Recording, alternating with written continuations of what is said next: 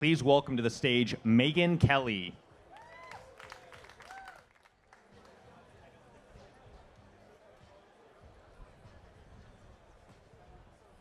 Hello, Future Proof.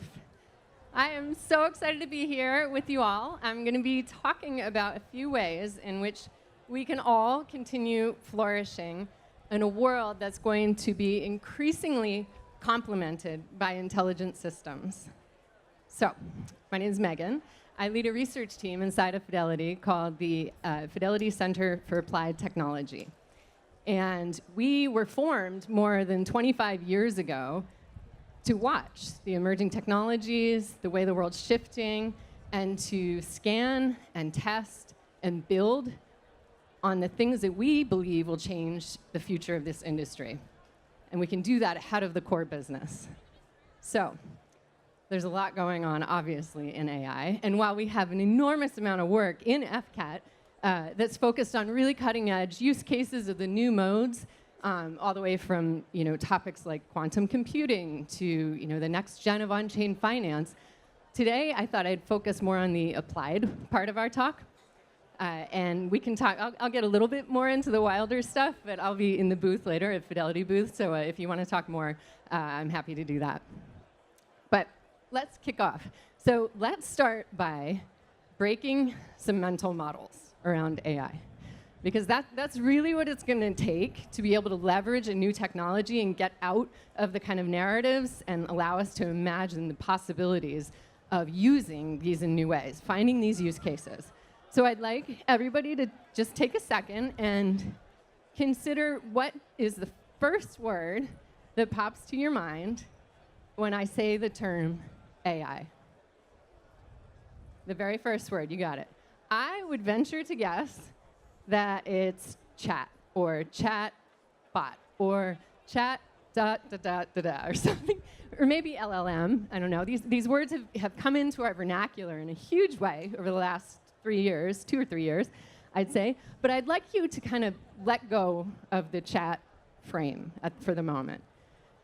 Because the truth is that AI has been powering so many systems for decades, right? We know this is building on foundations of decades of work. And then the new modes of generative systems and AI-driven systems are going to expand way beyond the chat moment, right? So we can't think just chat. These modes are already changing how advisors are working. They're changing how your next-gen talent is learning, your next associate that you hire is learning. And it's also changing the way that your clients are building businesses and building wealth. So how is this changing the way advisors work right now?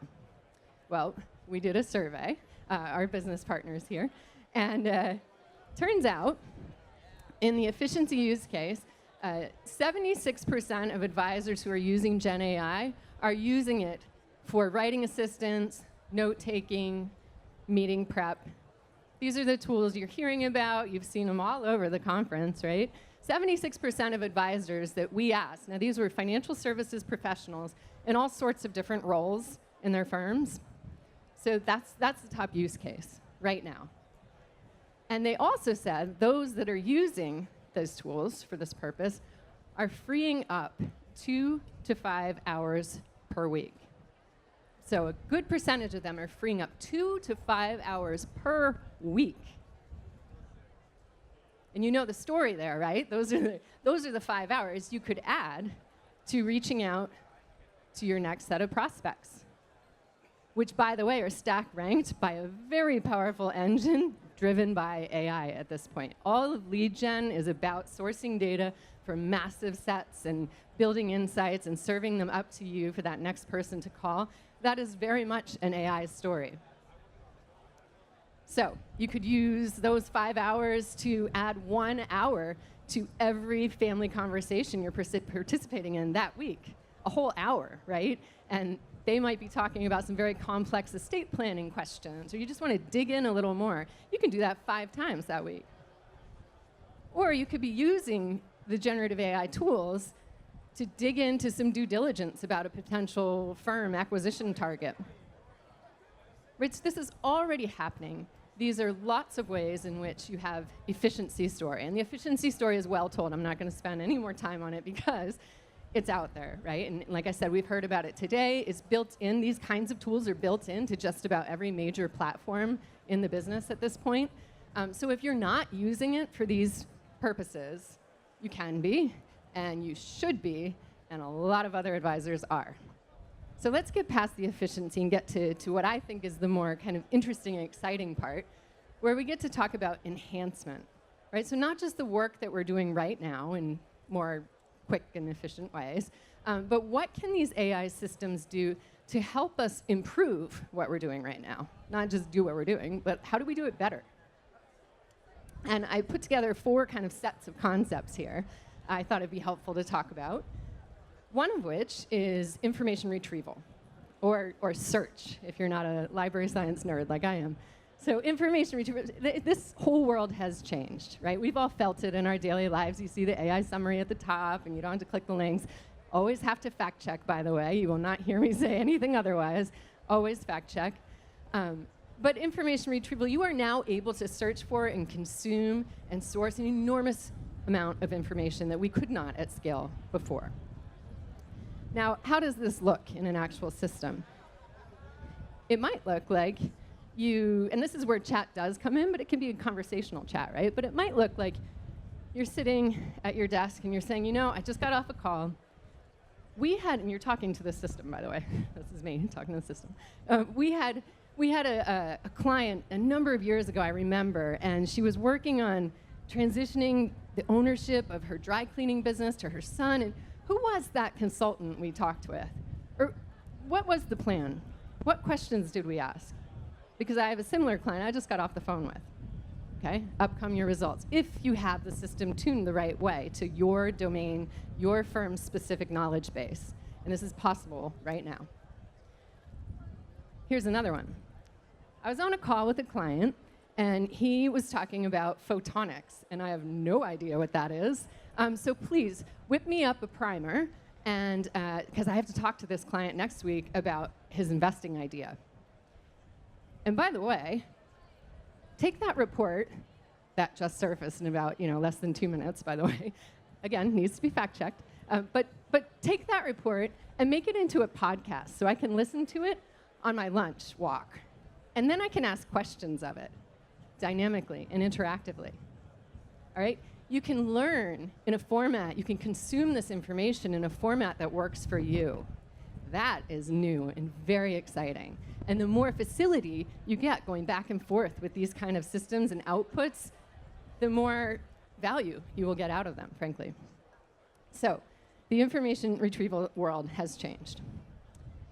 Complexity, right? We've heard a lot about complexity. I think you probably hear about this all day, and you live in a world of complexity. But think about how AI is going to help us handle complexity. The other part of my team focuses, not the other part, we have a lot of different parts of my research team, but one part of my team focuses specifically on the sociocultural trends, not just the emerging technologies, but how society is changing and how we're adapting these. And so we do a lot of thinking and observing and gathering data around the fact that particularly young people's lives are getting more complex, right? They're hitting these major life milestones like getting married or having a child at very different ages than we are necessarily used to, and it's not really even happening at all in many cases. And they just have these lives that are not tuned to an industry standard model. So you combine that with the fact that there were also many more people with multiple income streams, whether that's selling things on Etsy, the whole gig economy story, or maybe renting out their driveway for parking space, all these little pieces that are coming into their financial lives. Okay, so you take that, plus the complexity of the gig work world, and then you add the fact that we will have more exposure and interest in, obviously, the alt space, and we're seeing more and more private market activity, which means more K2s and more 1099s and fewer industry standard models, and that is just a whole world of complexity coming at us in a way that AI will be able to help us understand and drag patterns through and analyze and then respond to. So complexity is also going to be a big, big part of the AI-driven story in our industry. Now, for the next two, I would ask you to break open this mental model even a little bit further, because it's going to require us to think about using AI as a potential thought partner. Or even, if you could you imagine considering an AI system as a potential digital collaborator, a part of your team? So idea development. Idea development is one of my favorite topics right now. It's brainstorming, right? So this is one of the most prominent law schools actually just added an essay question to their application that requires candidates to use generative AI. This is a skill of the future, right? It's a very easy narrative to say, oh, it's just a way to have students cheat, and we got to figure this out in this cat and mouse game of detection or not. But no, this is a skill. We're all using and learning to use these tools to make our ideas better. So one way in which this might look like is using it as an interactive kind of collaborator, not just click the button, write this for me, we're done. It's more about, hey, here's my hypothesis. Show me the counter narrative. Or what assumptions am I making in this client, in this strategy? Or what assumptions am I making about my client's expectations that I'm not even aware of? Serve me up 10. Or even just the tone, right? How's the tone of this email? Can you help me suggest some things to make it a little bit more approachable, right? See the difference here? This isn't write it for me. This is, how's this coming across? How can I improve the way I'm communicating here? And we're seeing lots of people using these kinds of tools to improve and make their content more effective and more impactful for their clients and their associates. This is inside the workplace as well. So idea development, brainstorming, a very powerful tool. The last one is probably one of my second favorites, I would say. Doesn't matter which one's my favorite, it's just they're all interesting to me. But coaching and feedback, right? So the advisors are using these tools for things like preparing. This is where we get into preparing for job interviews or practicing a hard conversation, right? And this is what I really love about this narrative, because it's not, AI versus machine and who's going to win. This is the AI helping us interact with each other, right? So it's actually human to human, which we believe is far into the future of the value of our industry, and all of us sitting here, we're never going to lose that. How can we use AI to help us interact with each other? And you don't hear a lot of people talking about this. So coaching and feedback, you might already be using, for job interview prep, right? I hear this a lot. In your talent, and the people you're hiring are definitely using these tools to prepare to talk to you. But here's how something like that might look. Okay, I'm interviewing with so-and-so, based on their digital footprint out there in the world, and I mean the entire world, right, the entire internet, what are some of the core values I should focus on in my interview? All right, and then so it serves up something like this for you, and then you can run an interview. Okay, pretend you're my interviewer. And we're seeing this a lot in even the ability to help develop empathy, right? The most human of skills, the core of why many of us are in this business at all. How can we use a machine to help us develop that? Well, you can. You can help. You can suggest an AI. You can tell these systems what role they're playing. You can say, you might be able to help an advisor understand how to put themselves in the shoes of somebody in a different city or a different household type, or maybe even in the midst of a devastating loss. You could say, okay, this is me again talking to the system, you are a 74-year-old woman who just lost her husband. Let's talk about those documents that we need to get signed. Right? That's a hard conversation, and we do a lot of work to help understand and build on our skills. But you can practice with this kind of system. Or you are a 38-year-old tech startup executive getting ready to buy a home. Let's talk about how you're thinking about sourcing cash for that down payment. Or you're a 67-year-old retiree, and we're in a declining market. Let's talk about your request to exit that position. Right? And you can rev these. And you can have your firm's entire scoring metric for feedback and evaluation built into a tool that can be reviewing and enhancing and surfacing up real-time feedback at any moment, not just by a sample, but 100% of people in your client services org can have that response and feedback. So these are some of the ways we're seeing people use these tools by enhancement. And that's what I mean about the helping us improve what we're doing. The third bucket and the last bucket here is extension. And extension, you know, our brains go right to cyborgs. I'm not talking about cyborgs. That's another easy kind of flip to get out of the hard work of finding out, no, what can we really do with these systems now? And that is in a way that's going to help us go beyond our current skills, right? We've talked about doing our work that we're doing now in a better way. We've talked about doing our work in an improving way. And now we're talking about how do we actually, whoops, lose an earring. AI can't help with that just yet. How do we do our work in a way that's going to extend beyond the skills we have right now? So, two kind of wilder examples I thought would be fun to talk about. One of the things, and this is where our group, the Center for Applied Technology, our mandate is to go a bit beyond where we are here, so this is where we specialize. One whole world is just modeling and simulation.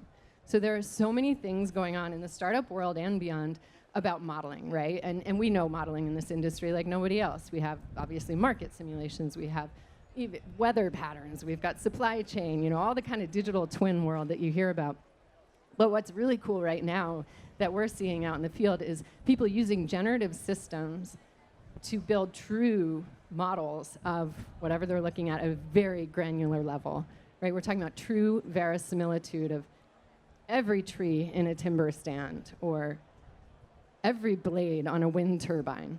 How is this working? And what's neat about this, and you might not, you know, be in this space all day, every day, right? But if you think about it, if we have a way to digitally represent the world in not just a pre-programmed logic, right? Okay, this tree is going to grow at this rate or whatever it's going to be, but these responsive agents are able to kind of grow and respond to different conditions around them in a way that mimics the real world, that doesn't have to be pre-programmed or logic-based. This is a probabilistic system. That's a big shift here when we talk about the generative space.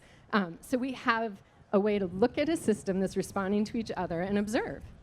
And we're seeing people using these to observe, potentially predict social behaviors. I mean, it's fascinating stuff. It's building on, again, decades of a foundation of research and agent-based modeling. But you'll start hearing about agents and in a much more interesting way, I believe, in the modeling space in this industry. So the second thing in that space is the fact that we can have real-time video generation, right? So could you simulate an experience, again, in that empathy transfer moment where you're interacting with a system? Well, why couldn't you drop yourself in a virtual environment that's responsive to what you're talking about? And we've seen a lot of in kind of, you know, yes, in like a video game, but the video game is changing based on your conversation and the conditions of this client's input. So we see a lot of this work in really interesting ways to represent somebody's future, because we all know how we have human biases and challenges with envisioning our future selves. So the decisions we make now, it's all based in behavioral science. So the real-time video generation of a future scenario, I think, is fascinating. And then the third kind of wild concept is the sensory context. And what I mean by this is that part of the power of these tools, you'll hear the word multimodal, right? So you know, of course, we can now write and we can text and we can speak, and it has audio ingestion. It can even observe images and identify and all that good stuff. So we have sight, computer vision, huge space, right? We have the reading, like I talked about. But now, think about where that goes with the concept of touch. What are the other senses, right? It's the concept of touch. And there's a huge effort in this space, obviously in the robotics world, where we have AI trying to figure out the space around a physical object. So touch. And then, weirdly, right, what about smell? Like, what could we learn about a client's context or their emotional state or their cortisol levels or whatever it is and their emotional reactions from a system that can ingest more context. And I don't know where that goes, but that's a really interesting research space. So those are kind of the wilder side of things that I told you. I promised we'd get to some of them. But for now, I want to just return to some very applied, happening right now, doable now. If you're not doing it, you've got to go back and start practicing. And there are 2 points here, right? So you want to be working with these tools. They're doable now, and this is not going away. So I hope that you have an experience in which you're able to work with these systems, and we can talk about the crazier stuff later. Thank you so much.